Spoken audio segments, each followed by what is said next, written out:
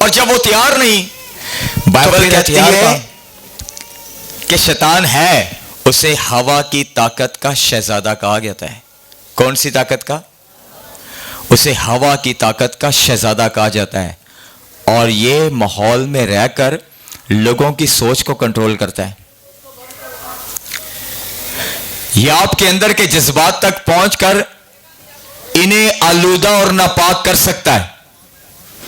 آپ کے جذبات کے اندر اتر کر انہیں آلودہ اور ناپاک کر سکتا ہے. یہ آپ کے شوہر, یہ آپ کی بیوی, ان دونوں کے جذبات کو کنٹرول کر کے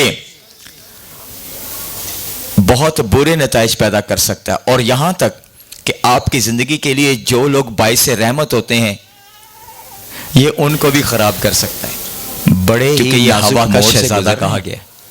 اور اس سے کیا ہے, ہماری روحانی اب جب ایسے حالات ہوں گے تو اس کے برے نتائج ہمارے سامنے آئیں گے. جہاں ہم نے خدا کی بادشاہی جانا ہے, کیونکہ دوزخ کے دروازے کھل رہے ہیں. جہاں سے یہ کنٹرول کیا جا رہا ہے اور بڑے معاملات, وہاں ذہین بدروہیں بیٹھی ہوئی ہیں. پھر آپ دیکھنا چاہتے ہیں تو یہ ہوا کی علمداری جو ہے, ہوا کا شہزادہ جو پیچھے ذہین ہے, کنٹرول کر رہا ہے, اس کو آپ ایسے بھی دیکھ سکتے ہیں.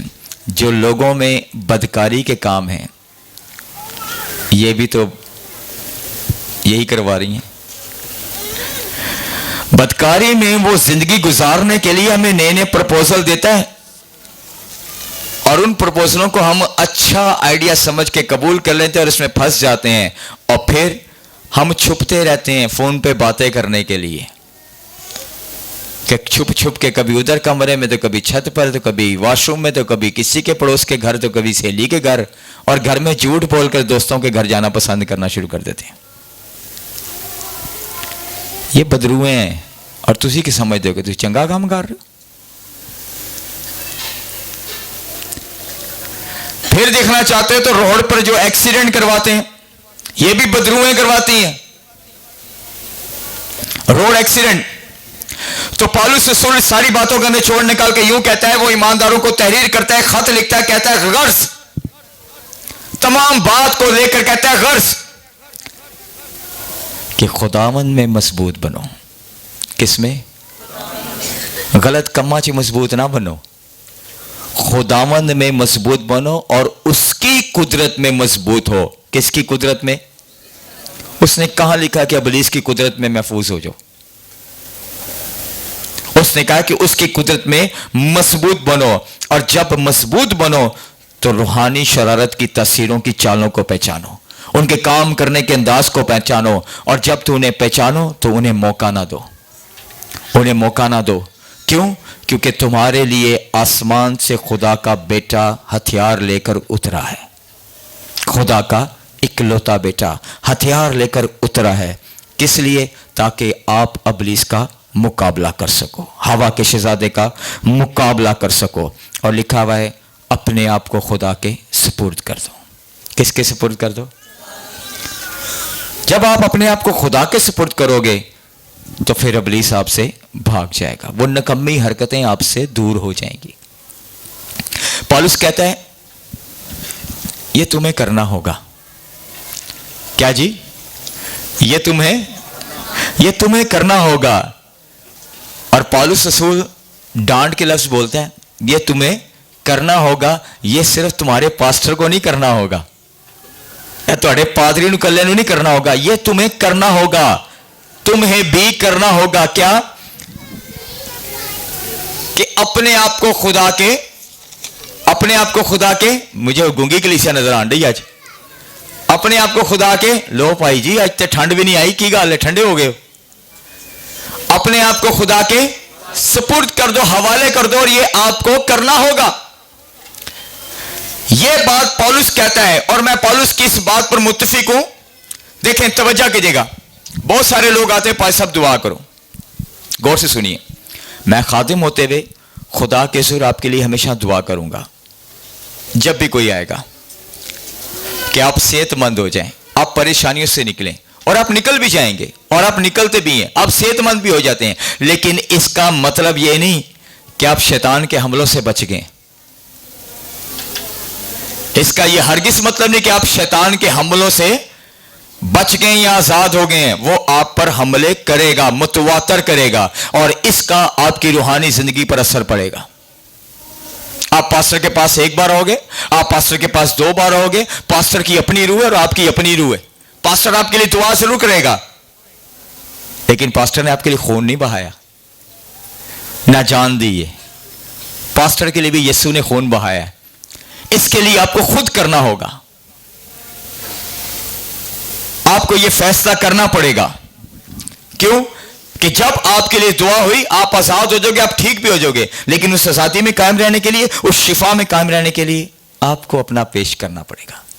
آپ پر مسلسل حملے ہوں گے, آپ اسے آزاد نہیں ہو, کیونکہ جب تک آپ زمین پر ہو اس نے آپ کے ساتھ آ کر حملے کی باتیں کرنی ہیں. اس نے لڑنا ہے آپ سے, وہ آپ کو گرانے کی کوشش کرے گا بار بار. تو وہ حتمی چیز, وہ حتمی فیصلہ جو خدا ہم ایمانداروں سے چاہتا ہے وہ یہ ہے کہ ہم روحانی ہتھیاروں سے لیس ہو جائیں, بھر جائیں. ان جو ہتھیار خدا نے اپنے کلام میں ہمارے لیے پیش کیے ہیں.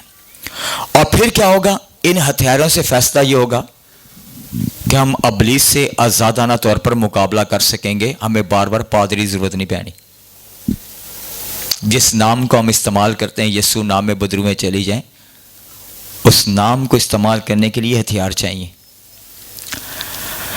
آپ شیطان کے کاموں پر اس کا ساتھ نہ دیں,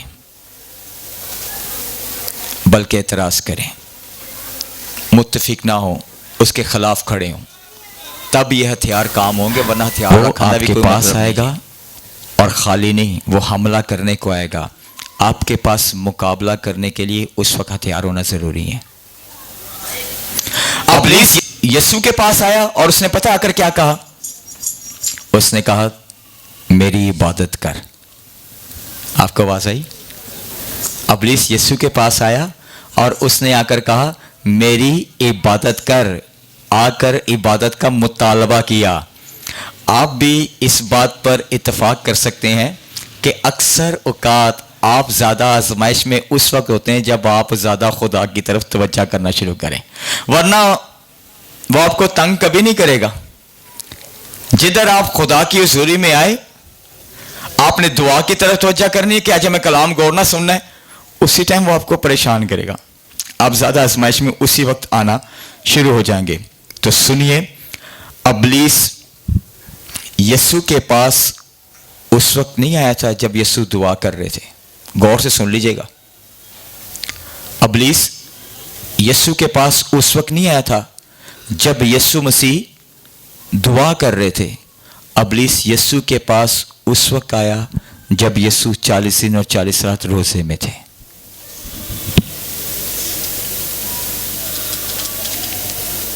دعا کے دوران ابلیس یسوع کے پاس نہیں آیا. جب وہ روزے میں ٹھہرے ہوئے تھے نا, اس وقت ابلیس یسوع کے پاس آیا تھا. میں بائبل میں سیکھ رہا تھا اور کسی خادم سے میں نے سیکھ رہا, وہ آخری لمحات تھے 40 دن اور 40 رات مکمل ہونے کے, کہ اچانک ابلیس آیا. تو جب آپ روزہ میں اپنی روح خدا کو پیش کرتے ہیں تو شیطان ابلیس اچانک آپ کے خلاف سامنے کھڑا ہو جائے گا. اس وقت ابلیس کو پتہ ہے کہ آپ مکمل طور پر پاک ہو رہے ہو, آئے گا, وہ آپ کے خلاف لڑنے کے لیے آئے گا. اور وہ آیا, اور آ کر کیا کر رہا ہے؟ وہ آ کر آپ کی روح کو فوراً کوشش کرے گا اس جگہ سے ہٹانے کی. کس جگہ پر؟ جہاں آپ نے اپنی روح خدا کے حضور روزے میں پیش کر دی ہے, وہاں وہ دم سے آئے گا اور آپ کے ذہن کے ساتھ کھیلنا شروع کرے گا تاکہ آپ اس جگہ سے ہٹیں, اس مقام سے ہٹیں, کیونکہ اس سے تکلیف ہو رہی ہے جب آپ روزے میں ٹھہرے ہوئے. اور جب آپ وہاں سے ہٹ گئے تو آپ کی روحانی دنیا پر بڑا برا اثر پڑنے والا ہے. اس روزے سے آپ کو فائدہ ہونے والا تھا اور وہ آپ کو وہاں سے ہٹائے گا. اس سے نتائج بڑے خراب نکلیں گے. وہ آپ کو لالچ دے گا, وہ آپ کی ضرورتوں کو پورا کرنے کے لیے نئے نئے آئیڈیاز آپ کے کان میں اونڈیلے گا.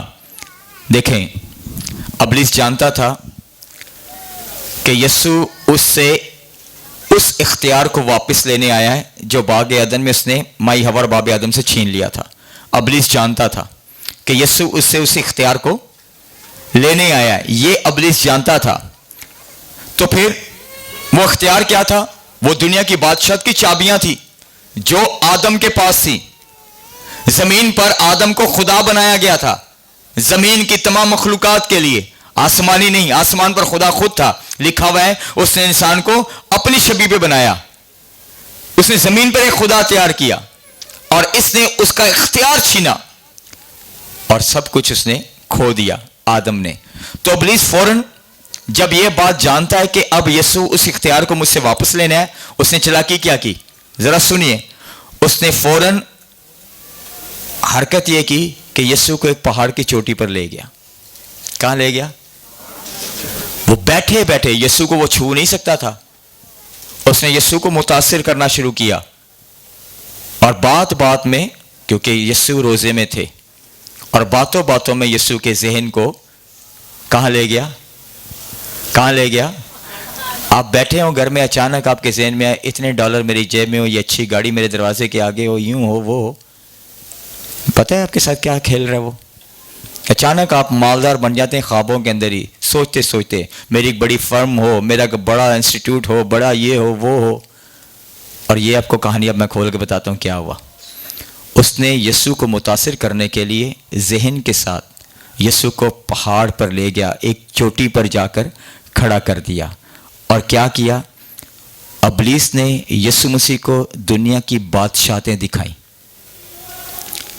اس وقت ابلیس نے تمام طاقت لگائی، اپنی مکمل جاہ و جلال اور تمام طاقتوں کے خزانے ایک سیکنڈ میں جمع کر لیے. اتنی پاور کے ساتھ اس نے کام کیا. وہ طاقت کے خزانے جو زمین پر ہمارے لیے گئے تھے، دھوکے سے اس نے چرا لیے، وہ سارے کے سارے اس نے ایک ہی سیکنڈ میں جمع کر لیے.